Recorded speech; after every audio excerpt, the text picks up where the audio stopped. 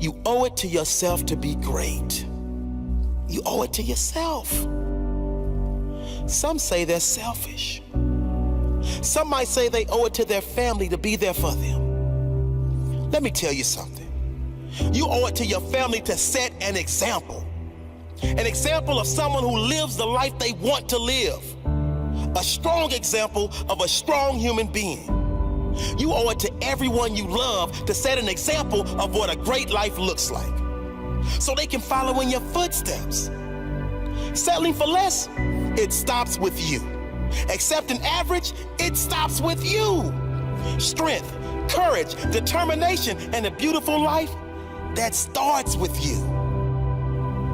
You can't help anyone until you help yourself. And when you make you strong, that strength will spill over to everyone else. They will be inspired by you. They will follow your example. Some say to focus on yourself is selfish. I say to settle for a mediocre life that you hate, that's selfish. Because that will be replicated for many generations to come. Until someone says enough is enough. I am more than this. You owe it to yourself to see how far you can go in life. You owe it to yourself to earn the kind of money you want to earn. You owe it to yourself to be the kind of person you want to be, to feel the energy you want to feel, to have the body you want to have from doing the work you know you are capable of doing. You owe it to yourself to feel the pride of knowing you made your life. You didn't get lucky. You worked for it. You sacrificed. When it was hard, you pushed harder. You owe it to yourself to feel that pride.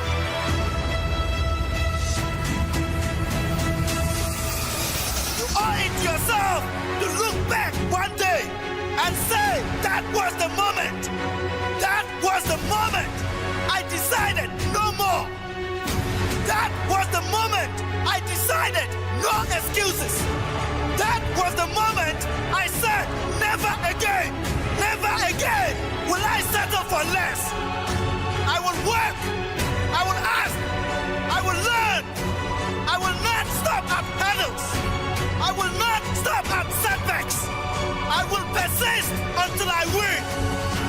You owe it to yourself, no one else. Do it for you. You owe yourself that much.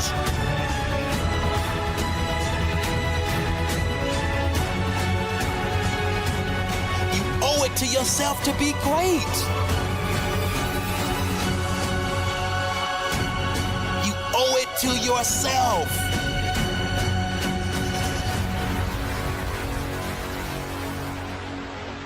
Your biggest strength in life will be the perception that you have over yourself. How do you feel about yourself? Your self-worth. What is that?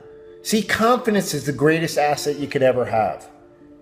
And that is built based on experience, based on living, based on what you bring to the table. You see, a doctor doesn't get paid based on the amount of time that he spends with you. You see, a lot of people say, oh, you only saw me for 5 minutes. How did this cost so much money? No. You're not paying for the 5 minutes. You're paying for everything that he brings to the table within those 5 minutes. You're paying for the experience. You're paying for all the time that he spent in school to be able to quickly diagnose what's going on with you and be able to give you the proper direction of how to get better. See, that's what you're paying for. And so the doctor has an established worth of who he is. And that is based on the amount of schooling that he went through, the amount of experience that he went through, the amount of preparation and everything, and being able to see things through experience.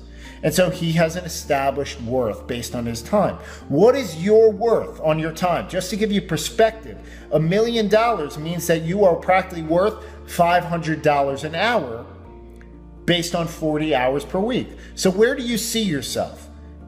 Because you will never be a millionaire unless you really value your time that way, unless you say, my time is worth $500 an hour.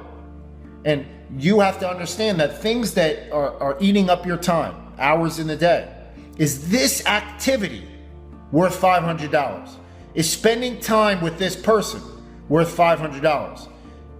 See, and if you want to be a decamillionaire, you want to be you want to own hundreds of millions of dollars, billionaire, well, that goes up exponentially. So where do you see yourself? That's the greatest thing. So confidence is the greatest asset you can ever have. And I'm not just talking about a little confidence, saying, yeah, I'm confident. Okay? It's the difference between watching a movie on your smartphone, right, with awful, poor sound, or watching a movie in a movie theater with this surround sound where it's rumbling and shaking, where you jump, right? And you're basically immerse yourself in the character. And you're basically living that reality. That's what that is. And they've done test after test to show that the more confident you are, the more you believe in yourself in terms of your body language, it affects other people in terms of their perception of you, in addition to your own self-belief. So I'm not talking about little tiny detail, I'm talking a little description of being confident, like the smartphone. That's the equivalent. I'm talking about immersing yourself in the tiniest little detail, just like a huge movie theater, to know every little quirk about yourself, to be totally confident about that. They've done study after study. There was one study where doctors in white coats performed significantly better than doctors without white coats, because it's all about the perception of yourself.